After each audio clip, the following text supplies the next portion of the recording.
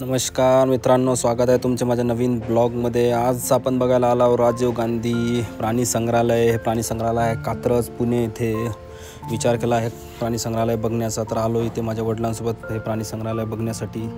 दर बुधवारी हे प्राणी संग्रहालय बंद असतं आणि बाकी दिवशी सुरू असतं। हे आहे कात्रजच्या मेन चौकामध्ये प्राणी संग्रहालय। कात्रजला आल्यानंतर तुम्हाला हे बघायला मिळेल।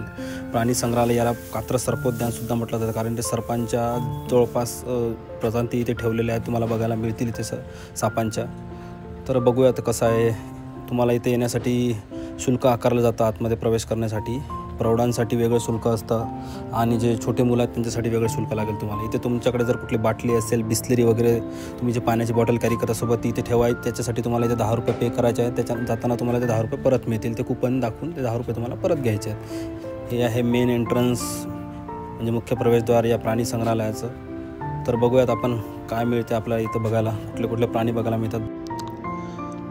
तर इथे काही गोष्टी दिलेल्या आहेत ज्या तुम्हाला इथे करायच्या नाही आहेत, म्हणजे शिस्तीचं पालन करायचं आहे। प्राण्यांना त्रास होईल असं कुठलीही वागणूक तुम्हाला इथे करायची नाही। कचरा टाकणे वगैरे किंवा कुठला विस्त पेटवणे, बाहेरून आणलेलं काही इथे खाण्यासाठी मनाई आहे केलेली। तर ते तुम्हाला नियम पाळावे लागतील, कारण इथे प्राणी राहतात, त्यांना कुठल्या प्रकारचा त्रास नको व्हायला।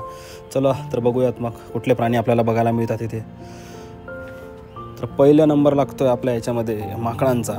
माकडं इतर सर्वांना माहिती आहे, पण चला तरी पहिला नंबर लागला आहे त्यांचा, तर बघून घेऊयात माकडं जी सगळ्यांनी बघितलेली असतात, सगळ्यांना परिचित चांगल्या प्रकारे। इथून आतमध्ये प्रवेश करायचा आपल्याला। आता इथून आपल्याला चांगले चांगले प्राणी बघायला मिळणार आहेत। तर बघूयात काय मिळतं आपल्याला। सर्पकुंडात कचरा व खडे टाकू नयेत। बरोबर आहे, सर्पांना त्रास होईल, सापांना त्रास होईल असं वागणूक करू नका तुम्ही। इथे प्राणी आहेत, मुख्य प्राणी, आणि ही आहे धामण साप।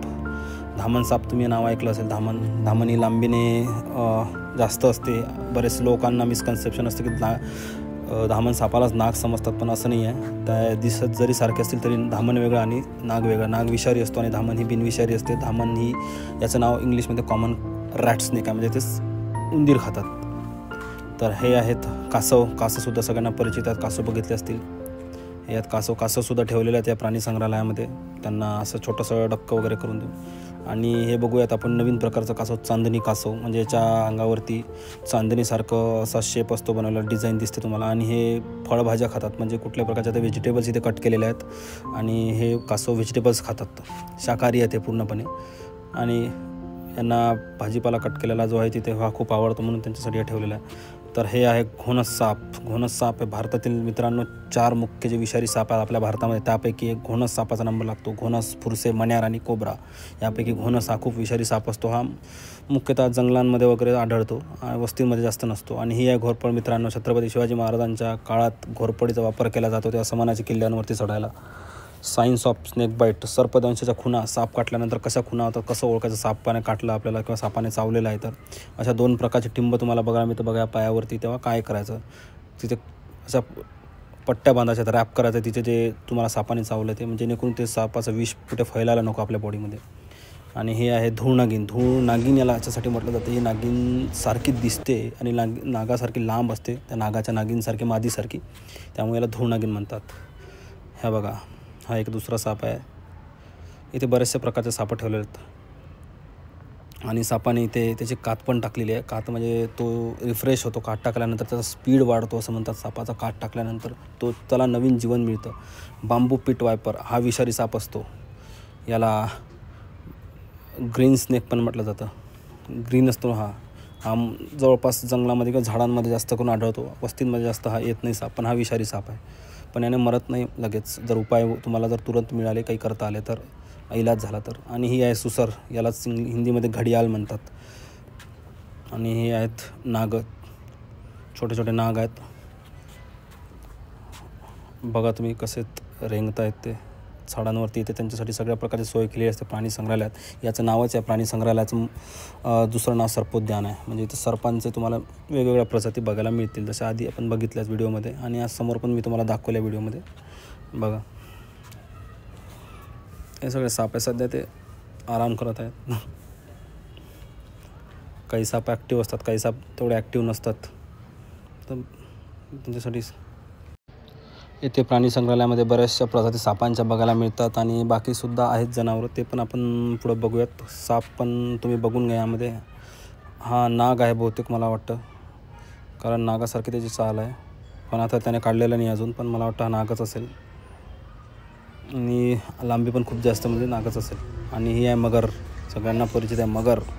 खूप भयंकर असते मगर, अख्खा मनुष्यसुद्धा गिळू शकते ही मगर. प्राण्यांना गिळते आणि मांसाहारी आहे, पूर्णपणे मांसाहारी आहे मगर हा प्राणी.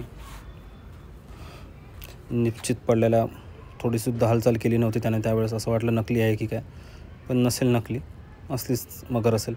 आणि ते त्यासाठी खाण्याची सोय केलेली आहे. छोटे छोटे मासे त्याच्यामध्ये बघू शकता तुम्ही, गोल्डन फिश वगैरे दिसतं तिथे पाण्यामध्ये. आणि हे अजगर बिनविषारी. अजगर विषारी नसतो मुख्यतः, कुठला अजगर आहे कुठल्या प्रजातीचं त्याच्यावरसुद्धा ते आधारित असतं. बघा कसा निश्चित पडलेला हा बिनविषारी अजगर आहे. संत असतात ते खाऊन वगैरे, त्यांनी कुठलं खाद्य वगैरे खाल्लेलं असेल, काही खाल्लेलं असेल, त्यांचं पोट भरलं असेल तर ते निश्चित पडून असतात. जशी काही त्यांची जास्त विशेष हालचाल नसते अजगरांची, कारण त्यांचं शरीर भारी भरकम असतं, त्यामुळे त्यांची हालचाल खूप कमी असते.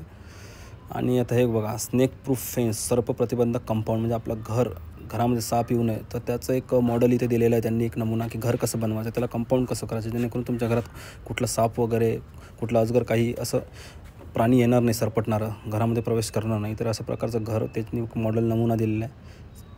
चला तर झालं साप बघून आपल्याला, आपण जातो अजून पुढल्या आपल्या वाटचालीसाठी दुसरे प्राणी बघण्यासाठी. हे आहे रानमांजर, वाईल्ड कॅट, जसं आपण म्हणतो जंगली बिल्ली. ही आहे जंगली बिल्ली. आपल्या नॉर्मल घरची ज्या मांजरं असतात त्यांच्यापेक्षा थोडी साईज मोठी असते आणि यांची शिकार करण्याची थोडी पद्धत वेगळी असते मांजरांपेक्षा. बाकी यांच्यामध्ये सिमिलॅरिटीज सारख्याच आहेत जवळपास. आणि हे आहे लेपर्ड कॅट, याला म्हणतात वाघाटी, म्हणजे ही वाघासारखी दिसते तिच्या अंगावर. हिचं बॉडीचं स्ट्रक्चर आहे, टेक्स्चर हिच्या बॉडीवरती, शरीरावरती हे वाघासारखं असतं, लेपर्ड चित्त्यासारखं वाघासारखं असतं, हिला वाघाटी म्हणतात, लेपर्ड कॅट.